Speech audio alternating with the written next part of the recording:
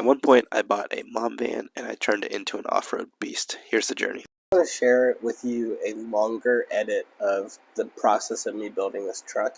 I want to explain to you my heart behind this, because I'm not just about cool trucks and off-roading and camping and stuff.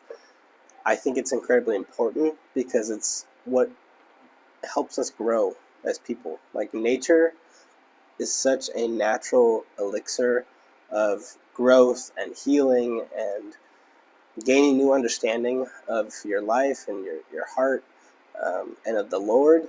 And honestly, building this truck for me in 2020 was one of the biggest growth spurts of my life, because I took a project that a lot of people told me that it would be a waste of time to build this truck, and I was going to waste all my money, and it was going to be a disaster, and I wasn't going to be able to do it because I don't know what I'm doing.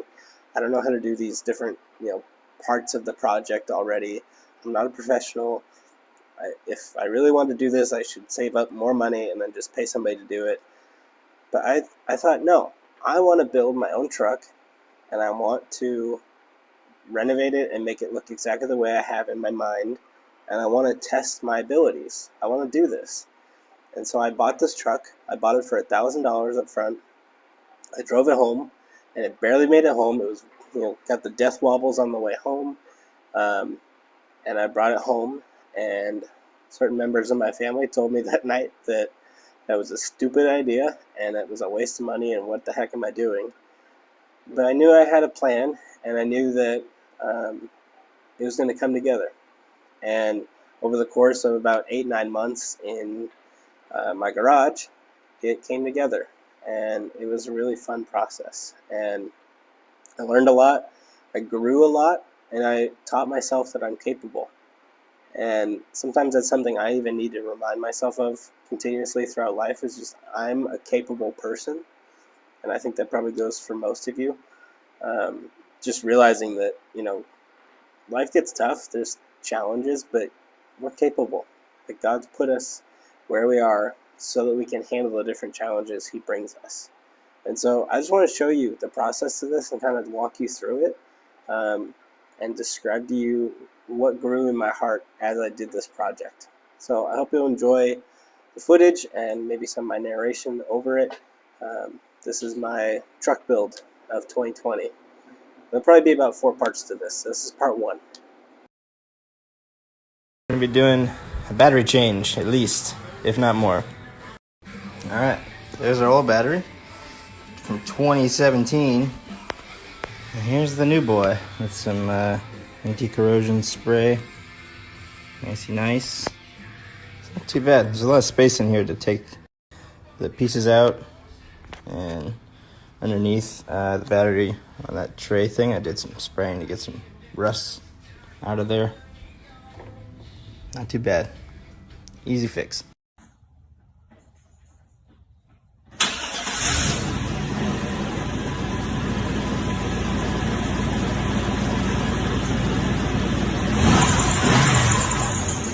Another thing I did today was I covered these. These right up here on the top part looked a lot like this, and it was gross. So I covered it in truck bed liner along with the other one and these step-up bars down here. So now they will be looking nice for a while. I also did the gas cover cap, whatever you want to call it.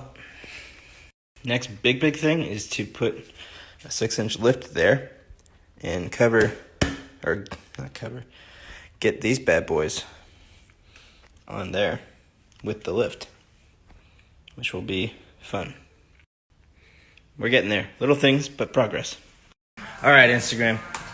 I came back to show you Tahoe progress. So, today and this weekend's going to be a big project day. We've got a lot going on here. Here's the front.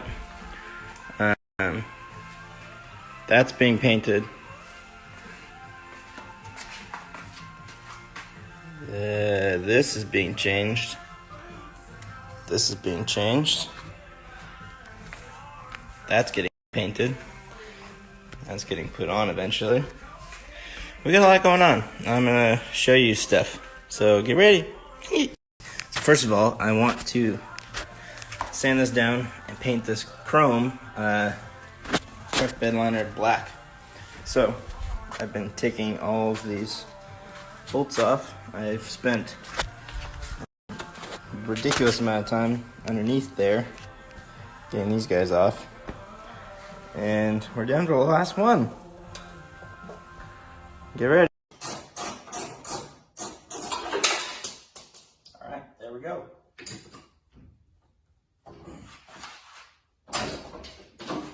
Boom. One more quick thing I'm going to do before I do much else. Got a new air filter. This is your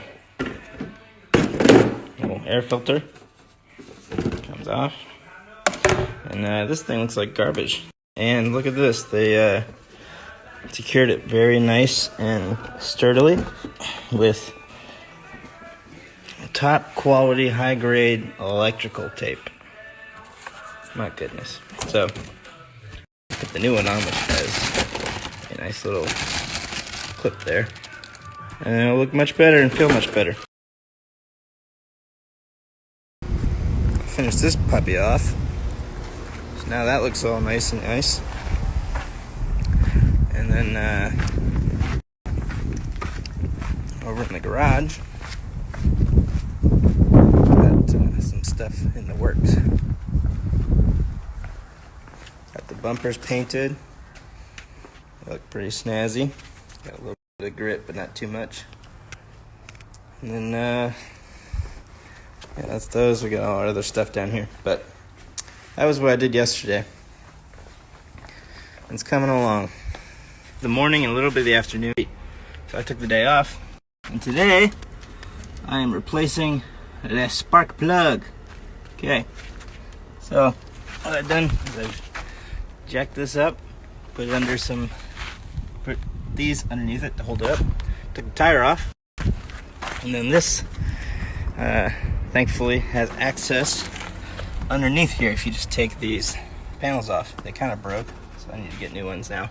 That's great. But I have easy access. So that is where the new spark plug, that pretty thing, is going to go in.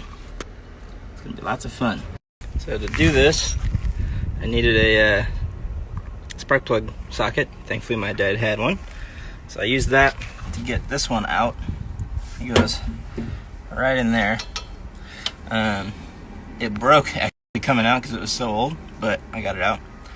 And they say to use a little compressed air just to kind of clean it up. So just use a little compressed air in there.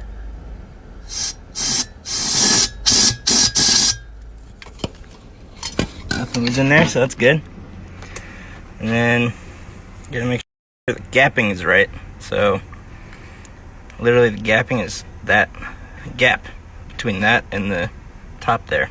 You use this nifty little tool to check the gapping.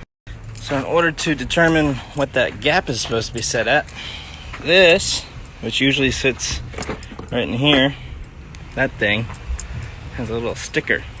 It says spark plug gap 0.06. So then you go to your tool, you find 0.06 there. I figured I had to do it with one hand. So you can see that fits perfectly. Mucho bueno. So that's good. These will all be fine. And I can just go straight back in there. It's all dark now, but all of those spark plugs are brand new now. Finished that. Another small thing I did today was I painted these rims with truck bed liner. They're nice and gritty looking. And I think they look pretty dang sick with that on there compared to that. That looks like your mom's van. And that looks not like your mom's van. Pretty happy with how that came out. Today, I'm replacing the fuel filter, which is this little thing. It's a little pump, okay? Or not, this actually isn't a pump at all. This is a filter. So in here is a bunch of paper that filters your fuel when it goes through the system. The fuel filter, yeah, there it is. Where is it? There it is. It's right there. So that is the old fuel filter. It looks grody and nasty and probably full of gunk and not really letting that much fuel through. So we're gonna replace it with this nice K&N fuel filter. Start your engine a couple times until the engine goes and it doesn't start. That means that most of the pressure has been taken out of the fuel line. So that when I take this little pump out, this little filter out, there will not be gobs and gobs of pressurized fuel that just squirts out of there. Hopefully it will not be too bad. So, let me see how it goes. I need some wrenches and some goggles and gloves because you don't want fuel in your eyes. I'm not like a gloves and goggles guy, but you don't want that crap in your eyes. So, let's see how this goes. I had to go get a couple different wrenches for this, and we'll see how it goes. Okay, so after a lot of effort and tight spaces and all that, I got the old fuel filter out. That is what those lines look like. They look not too bad. Thankfully the little O-rings are good to go. Spilled a little bit, you know how it goes. Now, where's the new one? Ah, there you are. Now this new puppy is gonna go in there and we'll have lots of fun tightening that in. Okay.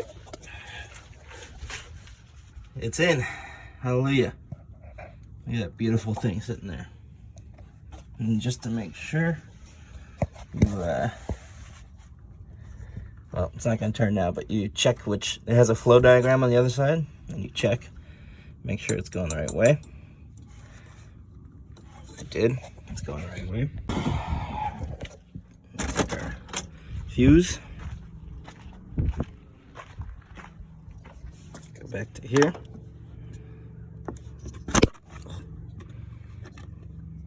Put it in. Maybe go that way. Maybe the other way.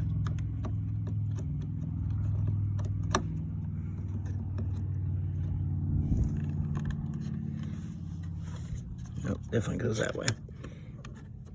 So it's got 3 and then 2. There's 3 and then 2. Boom. Yeah, that took way longer than it should have. That snaps back in. And then you go here. Hope nothing blows up. You turn this once into the on position for a sec. Off. On.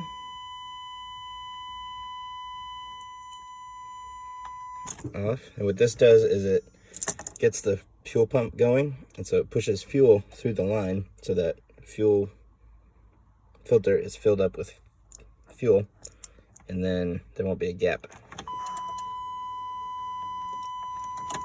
Once more. I was told to do it 3 times by the video. And then you. Yeah, baby.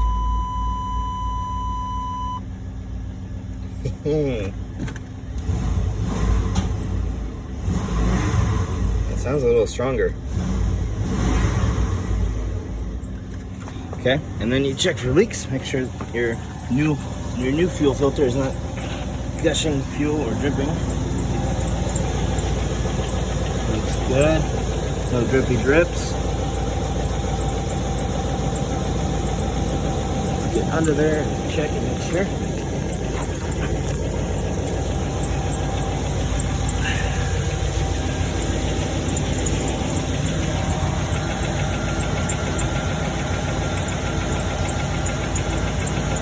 No drips there.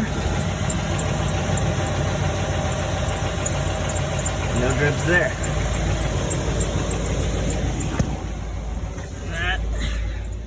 That's how you replace the fuel filter. And now, all the gook that was in that old one is not in the way, so this one sounds a little stronger. It sounds much stronger. I like that. Heck yeah. Cool.